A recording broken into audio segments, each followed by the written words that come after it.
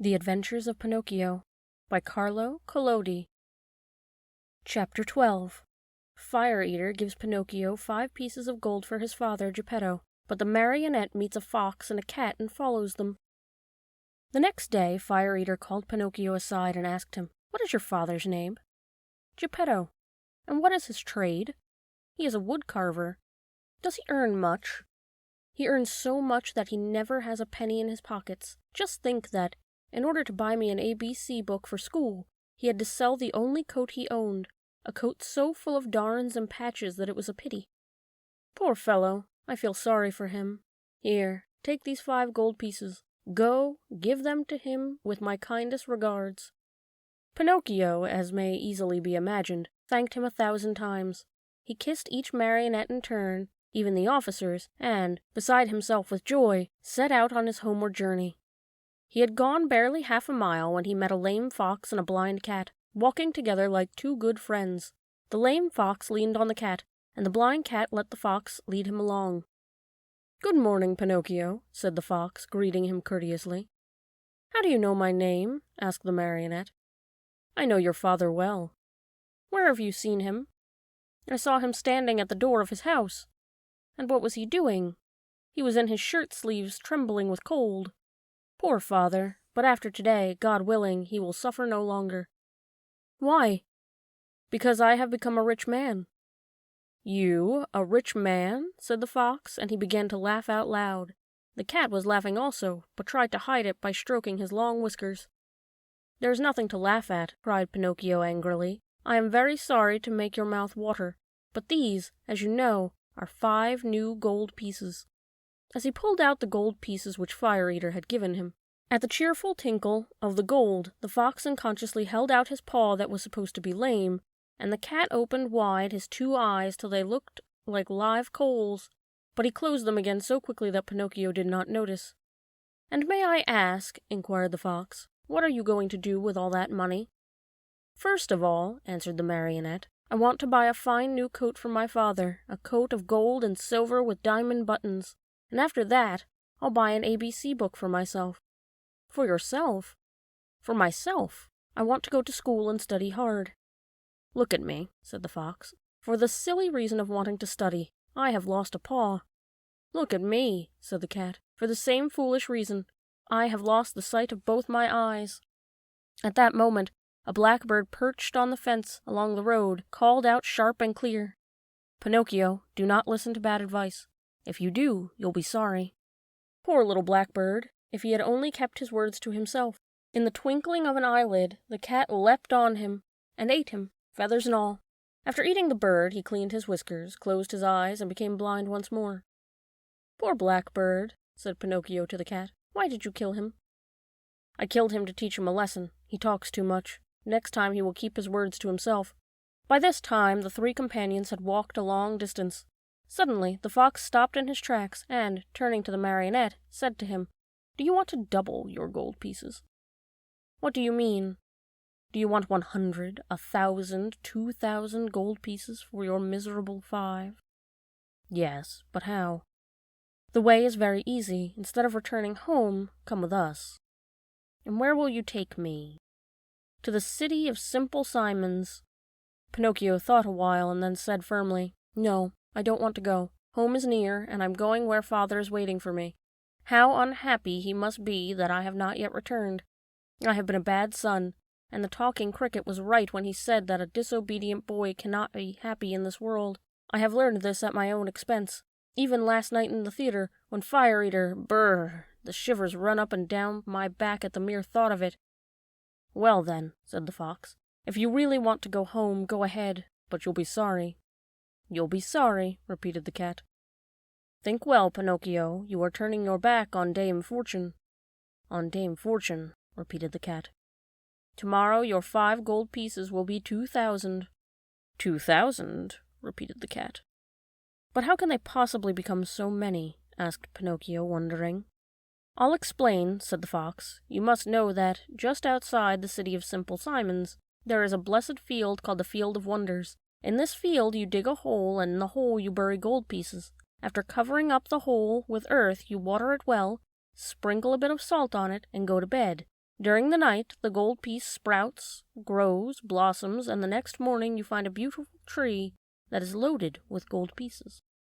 So that if I were to bury my 5 gold pieces, cried Pinocchio with growing wonder, next morning I should find how many? It is very simple to figure out, answered the fox. Why, you can figure it on your fingers. Granted that each piece gives you 500. Multiply 500 by 5. Next morning you will have 2,500 new, sparkling gold pieces. Fine, fine, cried Pinocchio, dancing about with joy. And as soon as I have them, I shall keep 2,000 for myself, and the other 500 I'll give to you two. A gift for us? Cried the fox, pretending to be insulted. Why, of course not. Of course not, repeated the cat. We do not work for gain, answered the fox. We only work to enrich others. To enrich others, repeated the cat. What good people, thought Pinocchio to himself, and forgetting his father, the new coat, the ABC book, and all his good resolutions, he said to the fox and the cat, Let us go. I am with you. Chapter 13. The Inn of the Red Lobster. Cat and fox and Marionette walked and walked and walked. At last, toward evening, dead tired, they came to the Inn of the Red Lobster. Let us stop here for a while, said the fox, to eat a bite and rest for a few hours. At midnight we'll start out again, for at dawn tomorrow we must be at the Field of Wonders. They went into the inn, and all 3 sat down at the same table. However, not one of them was very hungry. The poor cat felt very weak, and he was able to eat only 35 mullets with tomato sauce and 4 portions of tripe with cheese. Moreover, as he was so in need of strength, he had to have 4 more helpings of butter and cheese. The fox, after a great deal of coaxing, tried his best to eat a little. The doctor had put him on a diet, and he had to be satisfied with a small hare dressed with a dozen young and tender spring chickens. After the hare he ordered some partridges, a few pheasants, a couple of rabbits, and a dozen frogs and lizards. That was all. He felt ill, he said, and could not eat another bite. Pinocchio ate least of all. He asked for a bite of bread and a few nuts, and then hardly touched them. The poor fellow, with his mind on the Field of Wonders, was suffering from a gold piece indigestion. Supper over, the fox said to the innkeeper, Give us 2 good rooms, one for Mr. Pinocchio and the other for me and my friend. Before starting out, we'll take a little nap. Remember to call us at midnight sharp, for we must continue on our journey. Yes, sir, answered the innkeeper, winking in a knowing way at the fox and the cat, as if to say, I understand. As soon as Pinocchio was in bed, he fell fast asleep and began to dream. He dreamed he was in the middle of a field. The field was full of vines heavy with grapes. The grapes were no other than gold coins, which tinkled merrily as they swayed in the wind. They seemed to say, Let him who wants us take us. Just as Pinocchio stretched out his hand to take a handful of them, he was awakened by 3 loud knocks at the door. It was the innkeeper who had come to tell him that midnight had struck. Are my friends ready? The marionette asked him. Indeed, yes. They went 2 hours ago. Why in such a hurry? Unfortunately, the cat received a telegram which said that his firstborn was suffering with chilblains and was on the point of death. He could not even wait to say goodbye to you. Did they pay for the supper? How could they do such a thing, being people of great refinement? They did not want to offend you so deeply as to not allow you the honor of paying the bill. Too bad. That offense would have been more than pleasing to me, said Pinocchio, scratching his head. Where did my good friends say they would wait for me? He added. At the Field of Wonders, at sunrise tomorrow morning. Pinocchio paid a gold piece for the 3 suppers and started on his way towards the field that was to make him a rich man. He walked on, not knowing where he was going, for it was dark, so dark that not a thing was visible. Round about him, not a leaf stirred. A few bats skimmed his nose now and again and scared him half to death. Once or twice he shouted, Who goes there? And the far-away hills echoed back to him, Who goes there? Who goes there? Who goes there? As he walked, Pinocchio noticed a tiny insect glimmering on the trunk of a tree, a small being that glowed with pale, soft light. Who are you? I am the ghost of the talking cricket, answered the little being in a faint voice that sounded as if it came from a faraway world. What do you want? Asked the marionette. I want to give you a few words of good advice. Return home and give the 4 gold pieces you have left to your poor old father who is weeping, because he has not seen you for many a day. Tomorrow my father will be a rich man, for these 4 gold pieces will become 2,000. Don't listen to those who promise you wealth overnight, my boy. As a rule, they are either fools or swindlers. Listen to me and go home." "But I want to go on. The hour is late. I want to go on. The night is very dark. I want to go on. The road is dangerous. I want to go on. Remember that boys who insist on having their own way, sooner or later, come to grief." "The same nonsense. Goodbye, Cricket." "Good night, Pinocchio, and may heaven preserve you from the assassins." There was a silence for a minute, and the light of the talking cricket disappeared suddenly, just as if someone had snuffed it out. Once again the road was plunged in darkness. Chapter 14. Pinocchio, not having listened to the good advice of the talking cricket, falls into the hands of the assassins. "Dear, oh dear! When I come to think of it," said the marionette to himself, as he once more set out on his journey, "we boys are really very unlucky. Everybody scolds us, everybody gives us advice, everybody warns us. If we were to allow it, everyone would try to be father and mother to us, everyone, even the talking cricket. Take me, for example. Just because I would not listen to that bothersome cricket, who knows how many misfortunes may be awaiting me? Assassins indeed. At least I never believed in them, nor ever will. To speak sensibly, I think assassins have been invented by fathers and mothers to frighten children who want to run away at night. And then, even if I were to meet them on the road, what matter? I'll just run up to them and say, 'Well, signori, what do you want? Remember that you can't fool with me. Run along and mind your business.' At such a speech, I can almost see those poor fellows running like the wind. But in case they don't run away, I can always run myself." Pinocchio was not given time to argue any longer, for he thought he heard a slight rustle among the leaves behind him. He turned to look around, and behold, there in the darkness stood two big black shadows, wrapped from head to foot in black sacks. The two figures leapt forward toward him as softly as if they were ghosts. "Here they come," Pinocchio said to himself, and, not knowing where to hide the gold pieces, he stuck all four of them under his tongue. When he tried to run away, but hardly had he taken a step, when he felt his arms grasped and heard two horrible deep voices say to him, "Your money or your life." On account of the gold pieces in his mouth, Pinocchio could not say a word, so he tried with head and hands and body to show, as best he could, that he was only a poor marionette without a penny in his pocket. "Come, come, less nonsense, and out with your money," cried the two thieves in threatening voices. Once more Pinocchio's head and hands said, "I haven't a penny." "Out with that money or you're a dead man," said the taller of the two assassins. "Dead man," repeated the other. "And after having killed you, we will kill your father also. Your father also." "No, no, no, not my father!" Pinocchio cried, wild with terror.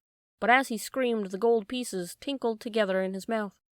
"Ah, you rascal, so that's the game. You have the money hidden under your tongue. Out with it." But Pinocchio was as stubborn as ever. "Are you deaf? Wait, young man, we'll get it from you in a twinkling." One of them grabbed the marionette by the nose, and the other by the chin, and they pulled him unmercifully from side to side in order to make him open his mouth. All was of no use. The marionette's lips might have been nailed together. They would not open. In desperation, the smaller of the two assassins pulled out a long knife from his pocket and tried to pry Pinocchio's mouth open with it. Quick as a flash, the marionette sank his teeth deep into the assassin's hand, bit it off, and spat it out. Fancy his surprises when he saw that it was not a hand, but a cat's paw. Encouraged by his first victory, he freed himself from the claws of his assailers and, leaping over the bushes along the road, ran swiftly across the fields. His pursuers were after him at once, like two dogs chasing a hare. After running 7 miles or so, Pinocchio was well nigh exhausted. Seeing himself lost, he climbed up a giant pine tree and sat there to see what he could see. The assassins tried to climb also, but they slipped and fell. Far from giving up the chase, this only spurred them on.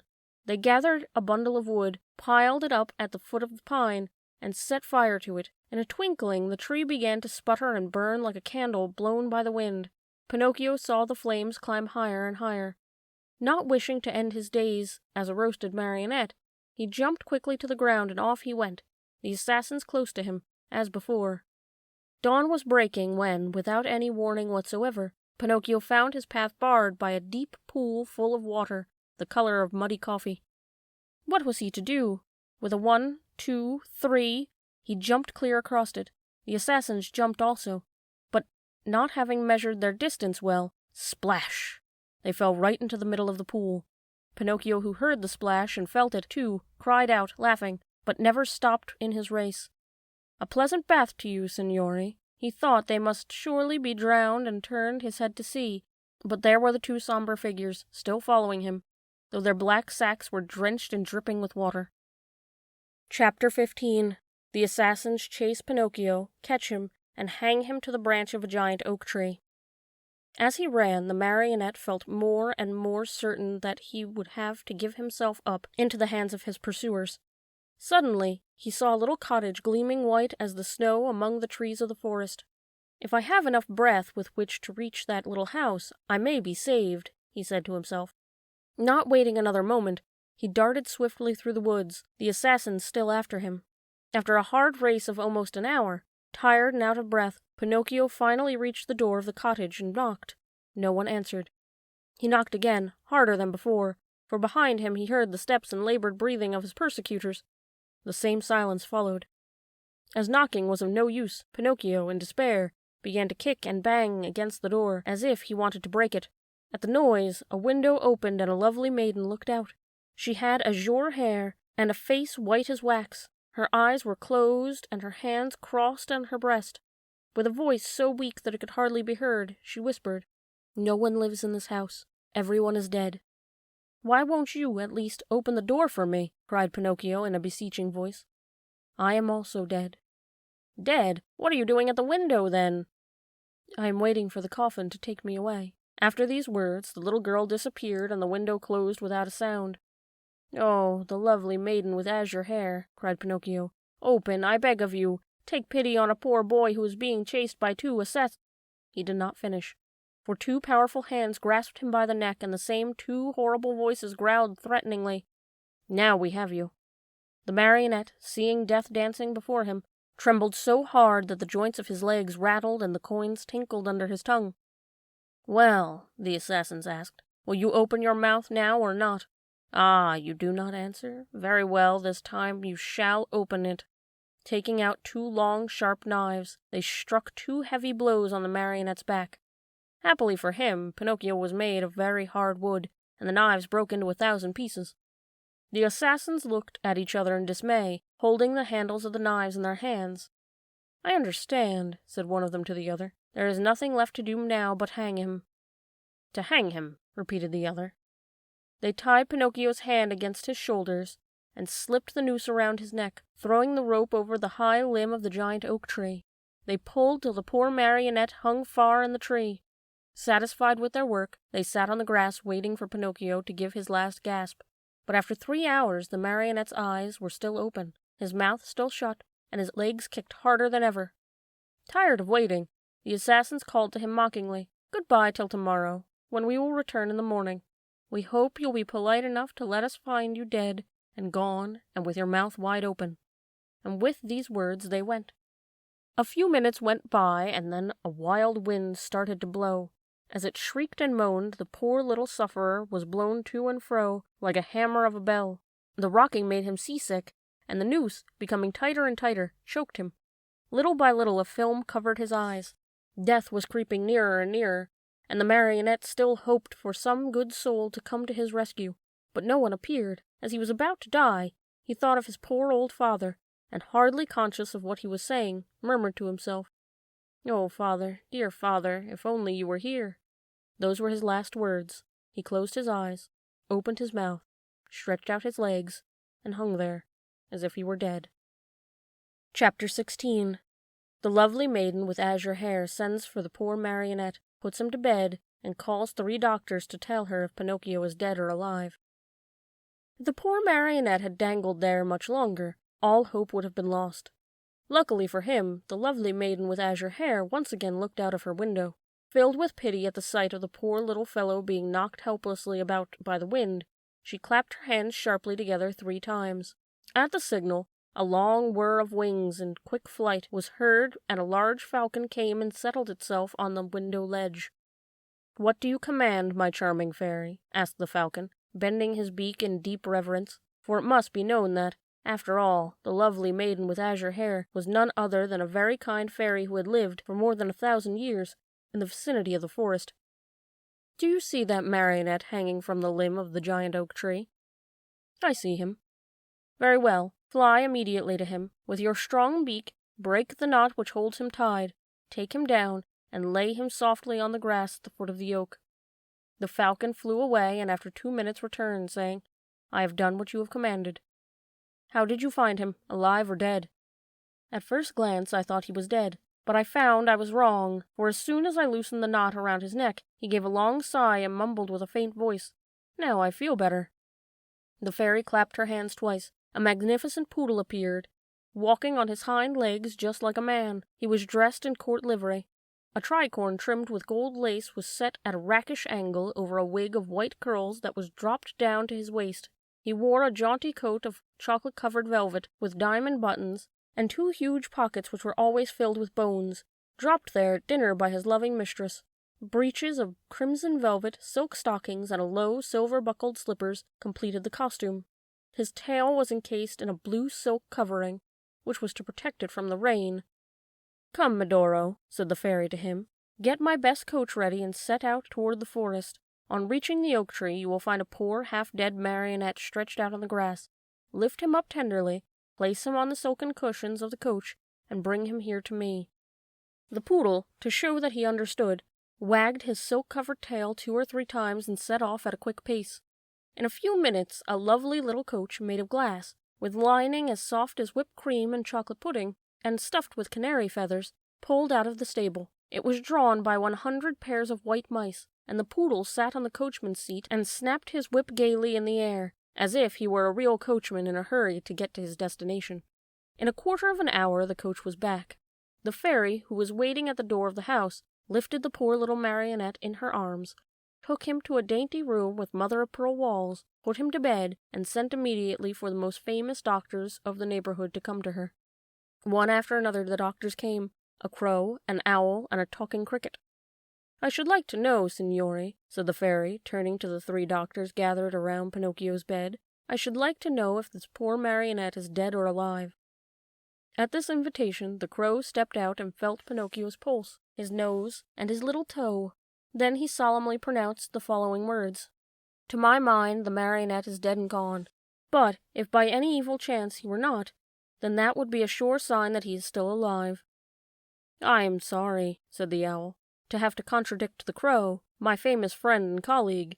To my mind, the marionette is alive, but if, by any evil chance, he were not, then that would be a sure sign that he is wholly dead. And do you hold any opinion? The fairy asked the talking cricket. I would say that a wise doctor, when he does not know what he is talking about, should know enough to keep his mouth shut. However, that marionette is not a stranger to me. I have known him a long time. Pinocchio, who until then had been very quiet, shuddered so hard that the bed shook. That marionette, continued the talking cricket, is a rascal of the worst kind. Pinocchio opened his eyes and closed them again. He is rude, lazy, a runaway. Pinocchio hid his face under the sheets.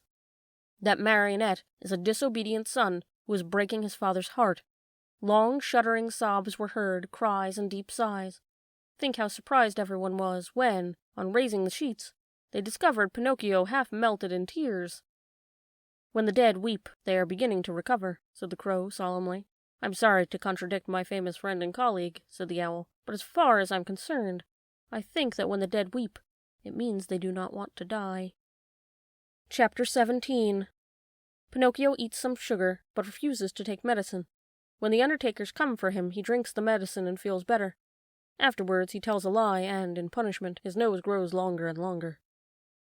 As soon as the 3 doctors had left the room, the fairy went to Pinocchio's bed and, touching him on the forehead, noticed that he was burning with fever. She took a glass of water and put the white powder into it, and, handing it to the marionette, said lovingly to him, Drink this, and in a few days you will be up and well. Pinocchio looked at the glass, made a wry face, and asked in a whining voice, Is it sweet or bitter? It is bitter, but it is good for you. If it is bitter, I do not want it. Drink it. I don't like anything bitter. Drink it, and I'll give you a lump of sugar to take the bitter taste from your mouth. Where's the sugar? Here it is, said the fairy, taking a lump from a golden sugar bowl. I want the sugar first, then I'll drink the bitter water. Do you promise? Yes. The fairy gave him the sugar, and Pinocchio, after chewing and swallowing it in a twinkling, said, smacking his lips, "If only sugar were medicine, I should take it every day. Now keep your promise and drink these few drops of water. They'll be good for you." Pinocchio took the glass in both hands and stuck his nose into it. He lifted it to his mouth, and once more he stuck his nose into it. "It is too bitter, much too bitter. I can't drink it." "How do you know? You haven't even tasted it yet." "I can imagine it. I can smell it. I want another clump of sugar, then I'll drink it." The fairy, with all the patience of a good mother, gave him more sugar and again handed him the glass. "I can't drink it like that," the marionette said, making more wry faces. "Why?" "Because the feather pillow on my feet bothers me." The fairy took away the pillow. "It's no use. I can't drink it even now." "What's the matter now?" "I don't like the way that door looks. It's half open." The fairy closed the door. "I won't drink it," cried Pinocchio, bursting out crying. "I won't drink this awful water. I won't. No, no, no, no." "My boy, you'll be sorry." "I don't care." "You are very sick." "I don't care." "In a few hours the fever will take you far away to another world." "I don't care." "Aren't you afraid of death?" "Not a bit. I'd rather die than drink that awful medicine." At that moment the door of the room flew open, and in came 4 rabbits as black as ink, carrying a small black coffin from their shoulders. "What do you want from me?" asked Pinocchio. "We have come for you," said the largest rabbit. "For me? But I'm not dead yet." "No, not dead yet, but you will be in a few moments, since you have refused to take the medicine which would have made you well."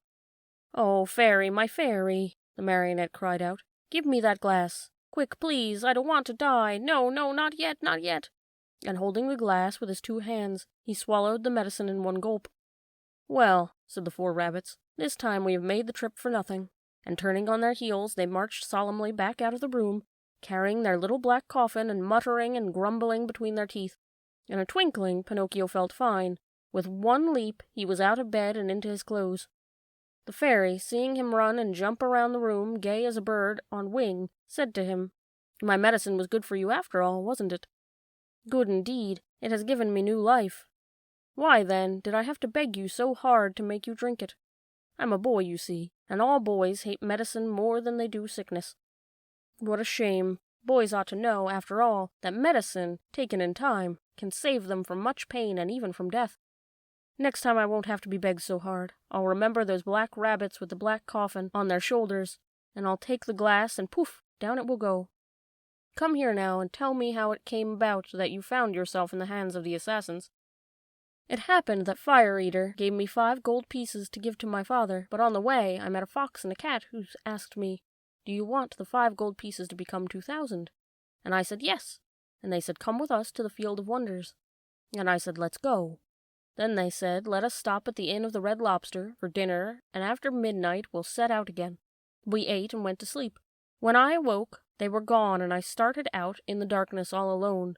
On the road I met 2 assassins dressed in black coal sacks, who said to me, 'Your money or your life.'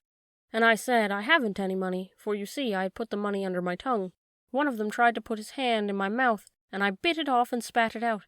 But it wasn't a hand, it was a cat's paw. And they ran after me, and I ran and ran, till at last they caught me and tied my neck with a rope and hanged me to a tree, saying, 'Tomorrow we'll come back for you, and you'll be dead, and your mouth will be open, and we'll be able to take your gold pieces that you have hidden under your tongue.'" "Where are the gold pieces now?" the fairy asked. "I lost them," answered Pinocchio, but he told a lie, for he had put them in his pocket. As he spoke, his nose, long though it was, became at least 2 inches longer. "And where did you lose them?" "In the wood nearby." At this second lie, his nose grew a few more inches. "If you lost them in the nearby wood," said the fairy, "we'll look for them and find them, for everything that is lost there is always found." "Ah, now I remember," replied the marionette, becoming more and more confused. "I did not lose the gold pieces, but I swallowed them when I drank the medicine." At this third lie, his nose became longer than ever, so long that he could not even turn around, for if he turned to the right, it would knock against the bed or into the window panes, and if he turned to the left, it struck the walls or the door. If he raised it a bit, he almost put the fairy's eyes out. The fairy sat looking at him, laughing. "Why do you laugh?" the marionette asked her, worried now at the sight of his growing nose. "I am laughing at your lies." "How do you know I am lying?" "Lies, my boy, are known in a moment. There are 2 kinds of lies, lies with short legs and lies with long noses. Yours, just now, happen to have long noses." Pinocchio, not knowing where to hide his shame, tried to escape from the room, but his nose had become so long that he could not get it out of the door. Chapter 18. Pinocchio finds the fox and cat again, and goes with them to sow the gold pieces in the field of wonders. Crying as if his heart would break, the marionette mourned for hours over the length of his nose. No matter how he tried, it would not get through the door. The fairy showed no pity toward him, as she was trying to teach him a good lesson, so that he would stop telling lies, the worst habit any boy may acquire. But when she saw him, pale with fright and with his eyes half out of his head with terror, she began to feel sorry for him and clapped her hands together. 1,000 woodpeckers flew in through the window and settled themselves on Pinocchio's nose. They pecked and pecked so hard at the enormous nose that in a few moments it was the same size as before. "How good you are, my fairy," said Pinocchio, drying his eyes, "and how much I love you." "I love you too," answered the fairy, "and if you wish to stay with me, you may be my little brother and I'll be your good little sister." "I should like to stay, but what about my poor father?" "I have thought of everything. Your father has been sent for, and before night he will be here."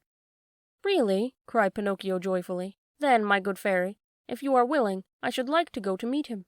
I cannot wait to kiss that dear old man who has suffered so much for my sake." "Surely. Go ahead, but be careful not to lose your way. Take the wood path, and you'll surely meet him." Pinocchio set out, and as soon as he found himself in the wood, he ran like a hare. When he reached the giant oak tree, he stopped, for he thought he heard a rustle in the brush. He was right. There stood the fox and the cat, the two traveling companions with whom he had eaten at the Inn of the Red Lobster. "Here comes our dear Pinocchio," cried the fox, hugging and kissing him. "How did you happen here?" "How did you happen here?" repeated the cat. "It is a long story," said the marionette. "Let me tell it to you. The other night, when you left me alone at the inn, I met the assassins on the road." "The assassins? Oh, my poor friend! And what did they want?" "They wanted my gold pieces." "Rascals," said the fox. "The worst of rascals," added the cat. "But I began to run," continued the marionette, "and they after me, until they overtook me and hanged me to the limb of that oak." Pinocchio pointed to the giant oak nearby. "Could anything be worse?" said the fox. "What an awful world to live in! Where shall we find a place for gentlemen like ourselves?" As the fox talked thus, Pinocchio noticed that the cat carried his right paw in a sling. "What happened to your paw?" he asked. The cat tried to answer, but he became so terribly twisted in his speech that the fox had to help him out. "My friend is too modest to answer. I'll answer for him. About an hour ago we met an old wolf on the road. He was half starved and begged for help. Having nothing to give him, what do you think my friend did out of the kindness of his heart? With his teeth he bit off the paw of his front foot and threw it at that poor beast so that he might have something to eat." As he spoke, the fox wiped off a tear. Pinocchio, almost in tears himself, whispered in the cat's ear, "If all the cats were like you, how lucky mice would be." "And what are you doing here?" the fox asked the marionette. "I am waiting for my father, who will be here any moment now.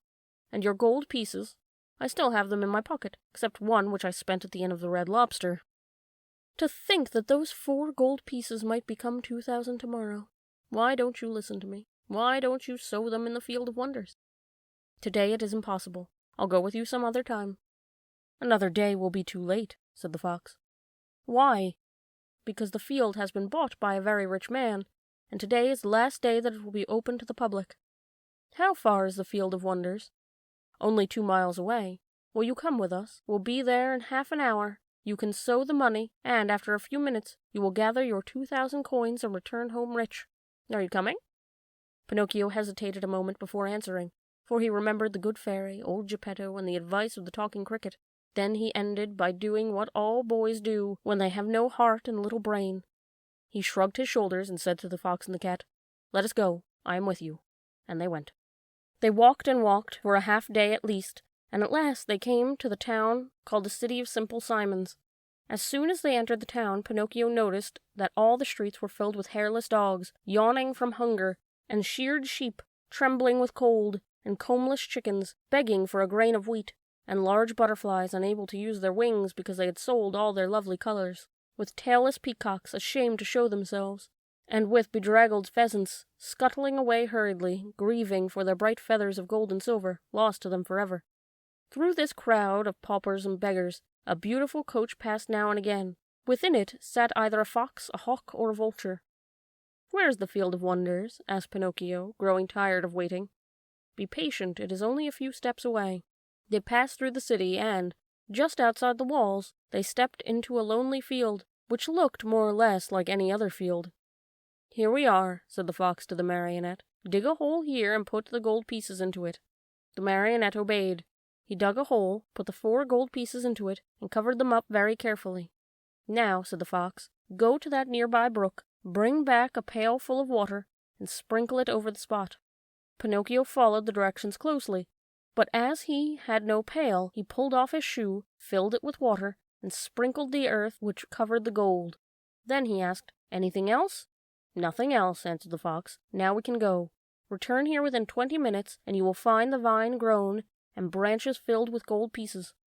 Pinocchio, beside himself with joy, thanked the fox and the cat many times and promised them each a beautiful gift. "We don't want any of your gifts," answered the 2 rogues. "It is enough for us that we have helped you to become rich with little or no trouble. For this we are as happy as kings." They said goodbye to Pinocchio and, wishing him good luck, went on their way. Chapter 19. Pinocchio is robbed of his gold pieces and, in punishment, is sentenced to 4 months in prison. If the marionette had been told to wait a day instead of 20 minutes, the time could not have seemed longer to him. He walked impatiently to and fro and finally turned his nose toward the Field of Wonders. As he walked with hurried steps, his heart beat with an excited tick-tack, tick-tack, just as if it were a wall clock, and his busy brain kept thinking, "What if, instead of 1,000, I should find 2,000? Or if, instead of 2,000, I should find 5,000, or 100,000? I'll build myself a beautiful palace, and with 1,000 stables filled with 1,000 wooden horses to play with, a cellar overflowing with lemonade and ice cream soda, and a library of candies and fruits and cakes and cookies." Thus amusing himself with fancies, he came to the field, where he stopped to see if, by any chance, a vine filled with gold coins was in sight. But he saw nothing. He took a few steps forward, and still nothing. He stepped into the field. He went to the place where he had dug the hole and buried the pieces. Again nothing. Pinocchio became very thoughtful, and, forgetting his good manners altogether, he pulled his hand out of his pocket and gave his head a thorough scratching. As he did so, he heard a hearty burst of laughter come into his head. He turned sharply, and there, just above him on the branches of a tree, sat a large parrot, busily preening his feathers. "What are you laughing at?" Pinocchio asked peevishly. "I am laughing because, in preening my feathers, I tickled myself under the wings." The marionette did not answer. He walked to the brook, filled his shoe with water, and once more sprinkled the ground which watered the gold pieces. Another burst of laughter, even more impertinent than the first, was heard in the quiet field. "Well," cried the marionette, angrily this time, "may I know, Mr. Parrot, what amuses you so?" "I'm laughing at those simpletons who believe everything they hear and who allow themselves to get so caught up easily in the traps set for them." "Do you, perhaps, mean me?" "I certainly do mean you, poor Pinocchio. You who are such a little silly as to believe that gold can be sown in a field just like beans or squash. I, too, believed that once, and today I am very sorry for it. Today, but too late, I have reached the conclusion that, in order to come by money honestly, one must work and know how to earn it with hand or brain." "I don't know what you are talking about," said the marionette, who was beginning to tremble with fear. "Too bad. I'll explain myself better," said the parrot. "While you were away in the city, the fox and cat returned here in a great hurry. They took the 4 gold pieces with which you have buried, and ran away as fast as the wind. If you can catch them, you're a brave one." Pinocchio's mouth opened wide. He would not believe the parrot's words and began to dig away furiously at the earth. He dug and he dug until the hole was as big as himself, but no money was there. Every penny was gone. In desperation, he ran to the city and went straight to the courthouse to report the robbery to the magistrate. The judge was a monkey, a large gorilla venerable with age. A flowing white beard covered his chest, and he wore gold-trimmed spectacles from which the glasses he had dropped out. The reason for wearing these, he said, was that his eyes had been weakened by the work of many years. Pinocchio, standing before him, told his pitiful tale word by word. He gave the names and the descriptions of the robbers and begged for justice. The judge listened to him with great patience. A kind look shone in his eyes. He became very much interested in the story. He felt moved. He almost wept. When the marionette had no more to say, the judge put out his hand and rang a bell. At the sound, 2 large mastiffs appeared, dressed in carabineers' uniforms. Then the magistrate, pointing to Pinocchio, said in a very solemn voice, "This poor simpleton has been robbed of 4 gold pieces. Take him, therefore, and throw him into prison." The marionette, on hearing this sentence passed upon him, was thoroughly stunned. He wanted to protest, but the 2 officers clapped their paws on his mouth and hustled him away to jail. There he had to remain for 4 long weary months. And if it had not been for very lucky chance, he probably would have had to stay there longer. For, my dear children, you must know that it happened just then that the young emperor who ruled over the city of Simple Simons had gained a great victory over his enemy, and in celebration thereof he had ordered illuminations, fireworks, shows of all kinds, and best of all, the opening of all prison doors. "If the others go, I go too," said Pinocchio to the jailer. "Not you," answered the jailer. "You are one of those." "I beg your pardon," interrupted Pinocchio. "I, too, am a thief." "In that case you are also free," said the jailer. Taking off his cap, he bowed low and opened the door of the prison, and Pinocchio ran out and away, without ever looking backward.